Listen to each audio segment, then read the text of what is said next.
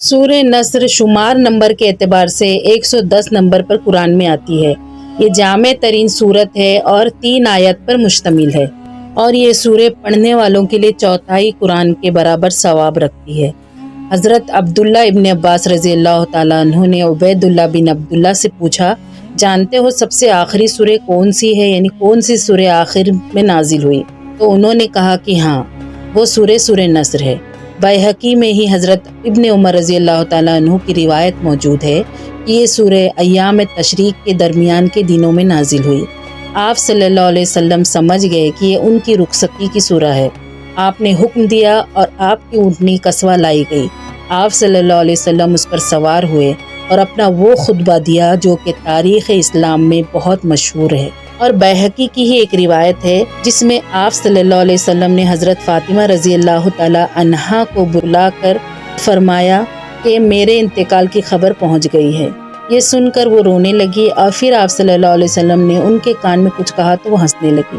تو پوچھا گیا تو بتایا کہ میں رسول اللہ صلی اللہ علیہ وسلم کے انتقال کی خبر سے رونے لگی تھی، اور میں ہنسی اس بات کو لے کے کہ میں اہل بیت میں سب سے پہلے انتقال کروں گی اور اپنے والد سے ملاقات کروں گی۔ حضرت عبداللہ ابن عباس رضی اللہ تعالیٰ عنہما فرماتے ہیں کہ بڑی عمر والے بدری صحابہ اکرام رضی اللہ تعالیٰ عنہم کے ساتھ حضرت عمر رضی اللہ تعالیٰ عنہ مجھے بھی شامل کر لیا کرتے تھے۔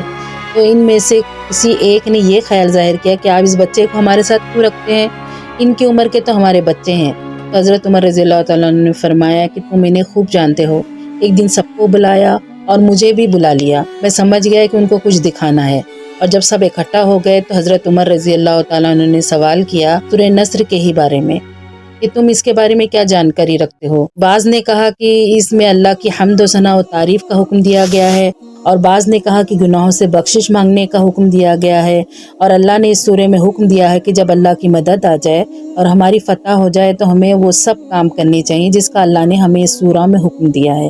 پھر حضرت عمر رضی اللہ تعالیٰ عنہ نے میری طرف متوجہ ہو کر پوچھا کہ کیا تم بھی ایسا ہی خیال رکھتے ہو اس سورہ کے بارے میں؟ تو میں نے کہا کہ نہیں۔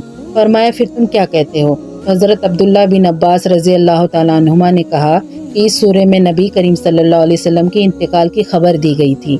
حضرت عمر رضی اللہ تعالیٰ عنہ نے کہا کہ ہاں، میں بھی بہو یہی خیال اس سورہ کے بارے میں رکھتا ہوں۔ اس سے پتہ چلا کہ اس سورہ کے آنے تک نبی کریم صلی اللہ علیہ وسلم کا کام جس پر اللہ نے ان کو مامور کیا تھا مکمل ہو گیا تھا۔ اور ابن عباس رضی اللہ تعالیٰ عنہ کہتے ہیں اس سورہ کے نازل ہونے کے بعد آپ صلی اللہ علیہ وسلم نے اپنی کمر اور کس لی، کیونکہ اس سورہ میں حضور صلی اللہ علیہ وسلم کے انتقال کی خبر دی گئی تھی۔ اور ابن عباس رضی اللہ تعالیٰ عنہ سے یہ بھی مروی ہے کہ نزول کے اعتبار سے یہ سورہ آخری سورہ ہے قرآن مجید کی۔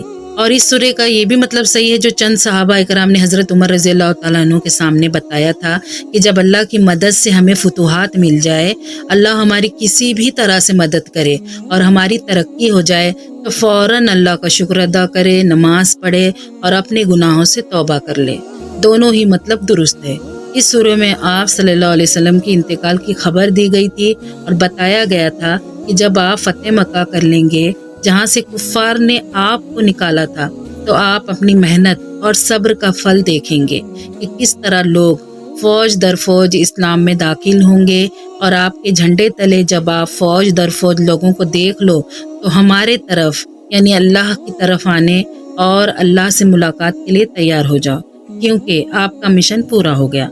اب آخرت کی طرف نگاہ ڈالو جہاں بہتری ہی بہتری ہے، جہاں آپ مہمان ہیں اور اللہ میزبان ہے۔ فتح مکہ مسلمانوں کی بڑی فتح تھی۔ صحیح بخاری میں حضرت عمرو بن سلمہ رضی اللہ تعالیٰ عنہ سے یہ قول موجود ہے کہ مکہ معظمہ فتح ہوتے ہی ہر قبیلے نے اسلام کی طرف سبقت کی، کیونکہ ان سب کو یہی انتظار تھا کہ جب مکہ فتح ہو جائے گا تو یہ اسلام کے دائرے میں شامل ہو جائیں گے۔ اور فتح مکہ ہی مسلمانوں کی بڑے فتح تھی کہ جہاں سے آپ نکالے گئے اور آپ کا گھر تھا اس کو فتح کرنا، یہ سب سے بڑی فتح۔ وآخر دعوانا الحمد للہ رب العالمین۔ السلام علیکم ورحمۃ اللہ وبرکاتہ۔